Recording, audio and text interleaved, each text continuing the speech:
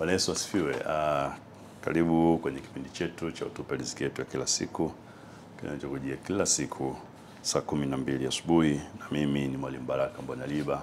Jana tumeanza kuzungumzia mkakati ambao utakusaidia kuwa na badiliko la kweli la kiuchumi kwa kuishi misingi ambayo tumejifunza ya uchumi na mambo yale mengine ambayo tumejifunza kule nyuma, kiwemo maeneo 8 ambayo fedha inajificha. Na nilikwambia huo msingi umejengwa kwenye kanuni moja ambayo tunaisisitiza ya kwamba uwe na badiliko la roho ni la kiuchumi, ili likusaidie kupa badiliko la kiuchumi la mwilini. Kwa hiyo mabadiliko yanaanzia ndani, sharti udhamirie kutoka ndani kubadilika. Na Mathayo 7:24-29 nilikwambia mambo matano yanatokea kwenye maisha ili uwe na badiliko. Usisahau, kwanza ujenge msingi wako juu ya mwamba ambao ni Kristo, usijenge juu ya mchanga ambao ni mwanadamu, usimtegemee mwanadamu. Yeremia 17:5-8 imesema. Ukifanya hivyo, mambo matatu yatatokea kwa kila mtu. Aidha umejenga juu ya mwamba ambao ni Kristo au juu ya mchanga ambao ni mwanadamu, mvua itakuja ambayo ni baraka. Mithali 10:22, baraka ya Mungu inatajirisha. Na kwa hiyo ukitajirisha kwa baraka ambayo imekunyeshea, mambo mawili zaidi yatatokea. Kwanza, mafuriko yatakuja. Mvua ikinyesha, mafuriko yanakuja. Mafuriko tumejifunza kulingana na Isaya 59:19 ni nguvu za giza. Nguvu za giza, the enemy will come like in flood. Kwa hiyo mafuriko ni nguvu za giza. Na pia unaona jambo jingine likitokea, upepo huvuma, na upepo tumejifunza wa Efeso sura ya 4 ni fundisho la wanadamu, na ni muhimu sana hayo ukayazingatia na kuchagua ni yapi unataka ya kufanikisha kiuchumi. Jana nilikwambia Zaburi ya 34:14, uache mabaya ukatende mema. Lazima yote yatokee kwa wakati mmoja. Fanya jambo jema, lakini acha mambo mabaya ili uwe na mafanikio ya kiuchumi. Tabia lazima ibadilike. Kwa hiyo hakuna mafanikio ya kiuchumi kama hakuna badiliko la tabia. Tabia lazima iendane na kile ambacho unataka kuona kinatokea mwilini. Huwezi ukawa na malengo makubwa alafu tabia yako ikawa haisupport yale malengo ukafanikiwa. Ni kitu ambacho hakiwezekani. Kwa hiyo tabia lazima iendane na kile ambacho unakitaka. Tabia inaleta discipline, inaleta nidhamu ya kile ambacho unataka kuona kitokea. Kwa jana nilikwambia mambo mawili ya kukusaidia kufanya hilo. Kwanza, kutumia mafanikio madogo madogo ili yakutie moyo. Lakini pili, tukasema andika malengo madogo madogo yanayotekelezeka kwa muda mfupi, na kipindi kikubwa mimi nashauriwa ni mwezi mmoja kwa kuanzia, lakini unaweza kufanya malengo ya siku, ya wiki, badala ya mwezi mmoja, na ukawa unayafuatilia kila siku, kwa sababu Biblia inasema kilichotarajiwa kikichelewa moyo huumia, moyo huugua, bali kikija kwa muda au haja ya mtu ikipatikana, anasema ni mti wa uzima. Kwa hiyo usijiletee magonjwa kwa unachokitarajia kutokuja, bali uhakikishe ya kwamba kinakuja, na kitakuja kwa kuhakikisha ya kwamba kama Warumi 12:3 inavyosema, kwa kunia vile ambavyo inakupasa kunia. Na leo nataka niongeze mambo mawili au matatu yaliyobaki kwenye ule mkakati ili yakusaidie kuishi maisha ya ushindi kiuchumi. Jambo la tatu kwenye huo mkakati, jijengee misuli ya kukataa ubaya. 34:14 Zaburi, uache mabaya ukatende mema. Kwa hiyo usitende tu mema wakati hujaacha mabaya, jijengee msuli pia wa kukataa kuacha ubaya. Kwa nini nasema jijengee msuli? Kwa sababu wakati mwingine sio rahisi kuacha mabaya. Mabaya ni tabia. Tabia haibadilishwi kirahisi. Kwa sharti wakati mwingine ujinyime. Unakumbuka msingi wetu wa kufanikiwa, wanasema sharti ujinyime. Kwa hiyo ujibane. Anasema hivyo kwenye Mhubiri pia sura ya 5, mtu aliyepata mali kwa kujinyima. Kwa hiyo sharti ujinyime. Na kujinyima ni kujibana, na lazima ujifunze kujijengea huo msuli ya kwamba hili sitalifanya hata kama nalipenda, ili liweze kukuletea mafanikio ya kiuchumi.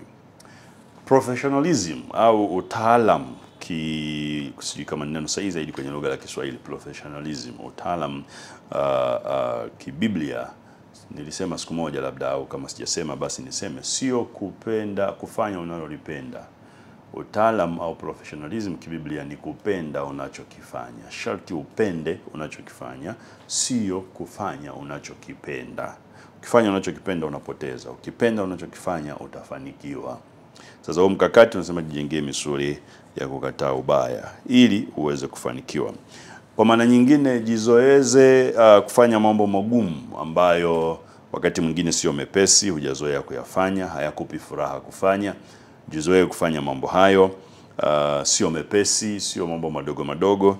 Jizoeze kufanya, hayakupi furaha, hayakupi raha. Jizoeze kufanya hayo kama unaona ni mazuri. Penda unachokifanya, sio ufanye unachokipenda. Kwa hiyo badili mtazamo wako. Anza kufanya kwa sababu inakubidi kufanya ili uwe na badiliko.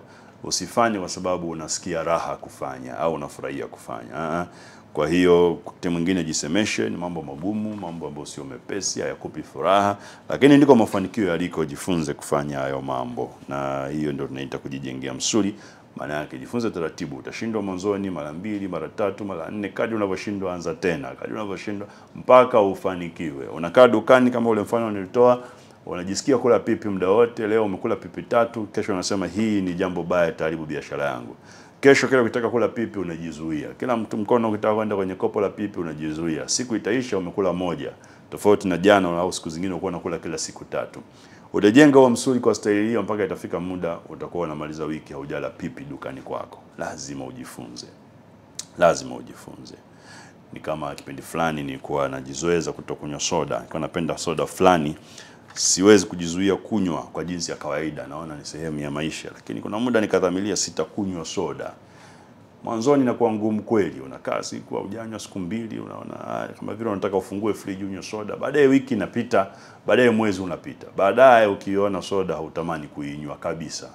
Na inafika muda hata ikibidi kunywa soda, ukiifungua ukanywa tu mara moja unaona hamu ya soda imeisha, unaachana nayo. Kwa hiyo lazima ujijengee. Lakini ukijiachia tena unarudi kule kule, unataka kunywa soda 2, 3 kwa siku, kwa sababu unahitaji kujijengea msuli wa kukataa ubaya. Warumi sura ya 3, sura ya 5. Warumi sura ya 5 mstari wa 3 hadi wa 5, Biblia inasema, wala si hivyo tu, ila na furaha mfurahi katika dhiki pia, mkijua ya kuwa dhiki kazi yake ni kuleta saburi. Dhiki pia katika kujibana. Kujibana kazi yake ni kuleta saburi, uvumilivu, kujenga msuli wa uvumilivu. Alafu kazi ya saburi ambayo ni uvumilivu ni uthabiti wa moyo. Karakta inakujengea tabia. Karakta, tabia inajengwa na uvumilivu. Na kazi ya uthabiti wa moyo au tabia ambayo ni sahihi inaleta tumaini, inaleta kuwa na uhakika ya kwamba utapata kile ambacho unahitaji ukipata, na tumaini litahiriki kwa maana pendo la Mungu limekwisha kumimina katika mioyoni mwetu. Kwa hiyo kujibana au dhiki au mateso ni njia ya kujengea msuli wa kutenda mema. Warumi sura ya 10, Marko sura ya 10 mstari wa 30, Biblia inasema nini? Katika zile baraka ambazo watu wamewaacha vyote wakamfuata Kristo watapata. 10:30 Warumi Marko 10:30 inasemaje? Inasema mtapata ndugu wake, ndugu waume, mtapata baba, mtapata mama, mtapata mara 100 duniani, lakini anasema na udhia huko ndani yake. Maana yake mateso ni sehemu ya baraka ambayo unapata. Kwa nini? Kwa sababu yanakusaidia kujenga tabia ambayo ni sahihi kwa kule unakotaka kwenda. Character, pure of character. Labda nikusomee huu mstari wa Warumi sura ya 5. Mstari wa Warumi sura ya 5 ni msingi sana wa mafanikio yako kwa kujitahidi kuyaishi ambayo ni mema. Warumi sura ya 5 mstari wa 3, Biblia jinsi ambavyo inasema hivi, wala si hivyo tu, ila namfurahi katika dhiki pia, mkijua kwamba dhiki kazi yake ni kuleta saburi. Saburi ni uvumilivu. Biblia ya Kiingereza inasema and not only so, but we glory in tribulation also, knowing that tribulation, yani mateso, dhiki, worketh patience, inaleta uvumilivu, patience. Alafu angalia anasema and patience experience, inaleta experience, ule uthabiti wa moyo. Biblia imeuita experience, uzoefu.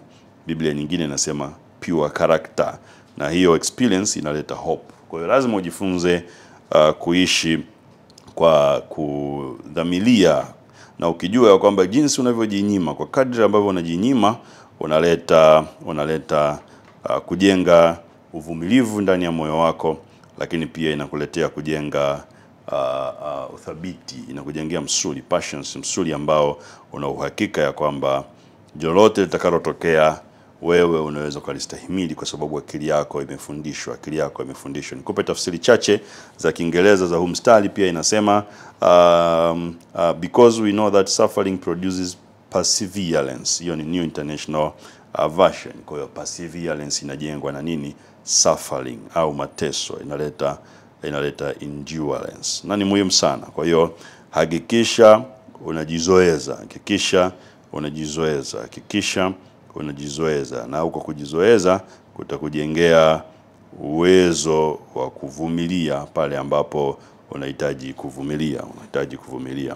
Lakini Yeremia sura ya 13 mstari wa 23 nao anasema neno hili kwa staili nyingine. Yeremia 13:23 anauliza swali, je, mkushi aweza kuibadili ngozi yake, au chui madoadoa yake? Kama aweza, ndipo na ninyi mwaweza kutenda mema, ninyi mliozoea kutenda mabaya. Unaona, nyinyi mliozoea kutenda mabaya ili muweze kutenda mema. Yeremia 13:23 anatuambia sio jambo rahisi. Anajiuliza, je, mkushi aweza kubadili ngozi yake, au chui madoadoa yake? Unaona, mkushi maana yake ni mtu mweusi, Mwafrika, Mwethiopia. Anaweza kubadili ngozi yake, au chui mwenye madoadoa anaweza kuyaondoa? Ni jambo gumu sana, na akifanya hivyo kwa gharama. Na Biblia inasema kama anaweza, ninyi mwaweza kutenda mema mliozoea. Kwa hiyo kama umezoea kutenda mabaya, ni ngumu sana kubadili kutenda mema, lakini inakupasa kufanya hivyo. Mstari wa mwisho wa Ibrania sura ya 5:12 hadi 14, kwa maana iwapasavyo kuwa walimu, kama wakati mwingi umepita, mnahitaji kufundishwa na mtu mafundisho ya kwanza na maneno ya Mungu, nanyi mmekuwa mnahitaji maziwa wala si chakula kigumu, kwa maana kila mtu atumiaye maziwa hajui sana neno la haki, kwa kuwa ni mtoto mchanga. Lakini chakula kigumu, angalia, chakula kigumu ni cha watu wazima, ambao akili zao, angalia, kwa kutumia zimezoezwa kupambanua mema na mabaya. Kwa sharti ujizoeze kupambanua mema na mabaya, na hakuji kama hautumiwi kwenye mema na mabaya. Ukikosea, jifunze ulipokosea, inuka tena, anza kutafuta kutenda mema. Na hii ni jambo la msingi sana. Mtu mmoja ambaye nimemfundisha zile kanuni za mgawanyo wa kipato, natoa ushuhuda wake mara nyingi, na message yake hata sasa kwenye simu anaandika, anasema kila anapofanya ule mgawanyo 20% ya mapato yake haitoshi kwa matumizi. Na mimi nasema ni sahihi. Kwa hiyo anapata shida, afanyeje ili afanikiwe? Na mimi namjibu, namwambia hakuna shortcut zaidi ya kujibana. Punguza baadhi ya vitu unakula, punguza baadhi ya matumizi yako, na hiyo itakusaidia. Ulikuwa unaenda sehemu kwa bodaboda, sasa tembea kwa mguu. Ulikuwa unakula milo 3, sasa anza kula 2 au 1 ikibidi. Jizoeze tu, lazima ufanye mambo magumu ili uweze kufanikiwa. Hakuna mteremko, hakuna njia nyepesi, na hiyo ni bahati mbaya sana ya misingi. Lazima kanuni uziishi kama zilivyo. Mungu akupe huo uwezo wa kuendure, wa kuishi hizo tribulations, au mateso yako, hayo uvumilivu unaopitia, changamoto unazopitia, usione kama ni bure. Akupe moyo wa kuona kwamba kuna jambo unalifanya, na hatimaye ufanikiwe katika jina la Yesu Kristo wa Nazareth. Tuonane kesho saa 12 asubuhi kwenye kipindi hiki tena cha Utupe Leo Riziki Yetu ya Kila Siku. Amen.